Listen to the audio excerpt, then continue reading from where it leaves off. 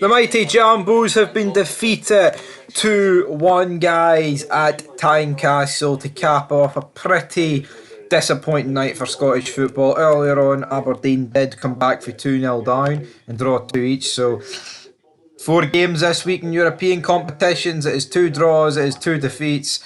It's not exactly been the greatest week of all time, but hey, we'll be back next week to do it all over again. But welcome back to Folk Football. And yeah, I mean, I thought this game started pretty even. Hearts just, edging it. But then they get a penalty. Correct decision, in my personal opinion. The heels get clipped. Shanklin steps up. Shanklin does what Shanklin does best, and that is score goals for Hearts of Midlothian. Great wee finish, man, from him. Goalie guesses the right way, but never, ever getting saved this one. Paok then, not long after Hearts scored their own penalty. They got a bit lucky with the header here, but then the guy's running through on goal, and Kyle Rose, it was a brain fart moment. It definitely was a brain fart moment. Don't know what he was doing. Honestly, man, it's shocking from the Australian. I mean, I thought actually most of Hearts players had played pretty well today, but this was a pretty bad mistake for Kyle Rose here, and Shrab steps up to the task to make it 1 each. And I tell you what, Paok liked time wasting in this game, man. It was honestly getting on my tits. That guy up front, every sort of injury or tackle they were making a fucking meal out of. Every ball they whipped into the box, they were claiming for handball. I mean, there's instances where it's hitting off the chest, and I mean, it's a clear hit off the chest. It's not like the arms at the chest, like, oh, handball. No, the arms are nowhere near the ball, and some of these guys are claiming handball, man. Honestly, disgraceful, absolutely disgraceful for this team, man. They're not arseholes, but what I would say is they weren't this. I mean, the goals Hearts conceded, right? A penalty, which is just idiotic, right? And then you've also got a goal that was a bit of a wonder goal. I think it might have took a bit of a deflection. I'm not too sure if it did take a deflection or not. I mean, let's just give the guy the benefit of the doubt. Great goal, but if you look at Hearts' instance there, they win the ball back in this first half. Shot comes in, it then falls to Shanklin. He has a snapshot volley at it. Then it falls to Liam Boyce, and then it's sent wide as well, out for a corner. The second corner of the game, and there only was 3 corners. Now, how can there only be 3 corners in over 100 minutes worth of playing football? You tell me. I'm not too sure. But go into half time. It was a pretty even game up to this point, but Hearts had the clear-cut chances. Right? Well, I'll say the chances. They had this other chance. I don't think Paok really had a chance to make you go, ho. They really should have got the job done there.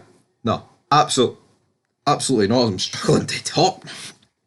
The mighty Jambos have left me breathless. But then we go into the second half.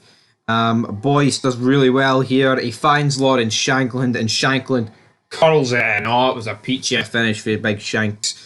But sadly for Hearts, it got ruled out as offside. And you know what? Shanklin will kick himself. He really carries this team. He puts on that armband and he drags Hearts out of positions. But it's almost inexcusable to be offside here, because he is the last in the line and he should know, what he's capable of. And I mean, it wasn't very well documented whether it be offside or not. Like McFadden and the other guy are like, oh, it's Shanklin, it's 2-1, ho, the coefficient. And then the referee's already disallowed it. The game's kicked off. Shanklin's got his hand on his one head, and then he's disallowed it. Oh, I don't believe it, James. He's disallowed it. He disallowed it 20 minutes ago, man. Come on. We then have Paok have another chance. It's saved by Sander Clark. I think he staves his thumb, to which the referee was like, halt, no play should commence here, big man.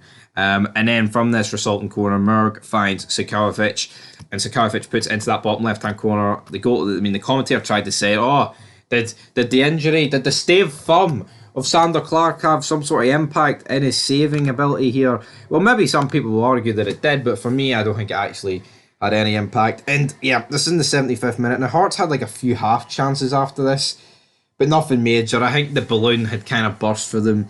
The steam had kind of run out. But all in all, I thought it was a pretty even game. I think Hearts actually...